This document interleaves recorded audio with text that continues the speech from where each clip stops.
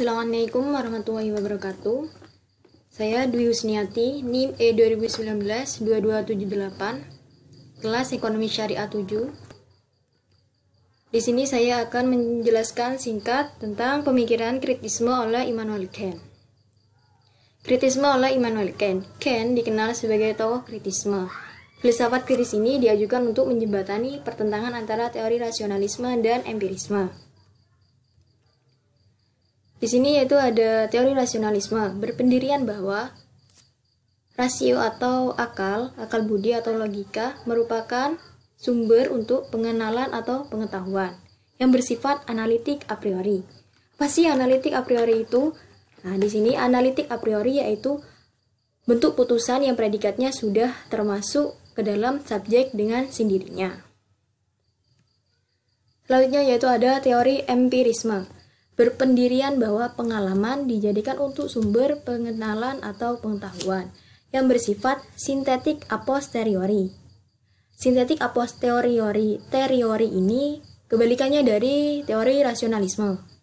Apa sih artinya? Yaitu bentuk putusan yang predikatnya belum termasuk ke dalam subjek dan sifatnya tidak tetap.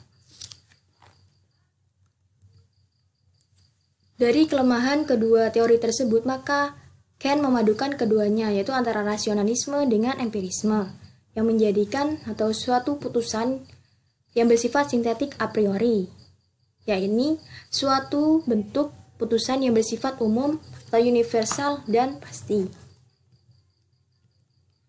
3 tahapan untuk memperoleh pengetahuan yang bersifat sintetik a priori, yaitu ada 3. Yang pertama ada bidang indrawi.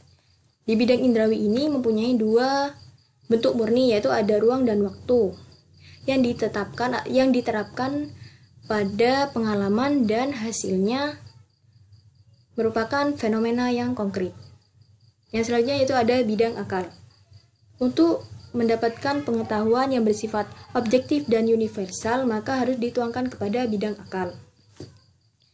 Pada bidang akal ini mempunyai 4 kategori. Yang pertama yaitu ada kategori kuantitas. Dalam kategori kuantitas ini mempunyai isi yaitu ada realitas, pengingkaran, dan limitasi. Sedangkan ada kategori kualitas yaitu isinya ada kesatuan, partikular, dan universal. Yang ketiga itu ada kategori relasi, yakni yang berisi hipotesis, dan disjuktif. Yang terakhir yaitu ada kategori modalitas, yang isinya itu ada mungkin atau tidak, keperluan atau kebetulan, tidak atau tiada. Yang terakhir itu ada bidang rasio. Pengetahuan yang diperoleh dalam bidang akal baru dikatakan sebagai pengetahuan yang bersifat sintetik a priori, harus dikaitkan dengan 3 ide. Apa saja 3 ide tersebut? Yang pertama itu ada ide teologis, yaitu atau ide agama atau ilmu agama. Yang kedua yaitu ide psikologis atau ilmu kejiwaan yang menyangkut jiwa. Yang ketiga yaitu ada ide kosmologis atau ilmu yang menyangkut tentang dunia atau duniawi. Jadi ide itu atau ide 3 tersebut merupakan petunjuk untuk menetapkan kesatuan pengetahuan. Itulah penjelasan singkat mengenai filsafat kritisme oleh Immanuel Kant. Mohon maaf apabila ada kesalahan kata ataupun pengetahuan yang kurang. Wassalamualaikum warahmatullahi wabarakatuh.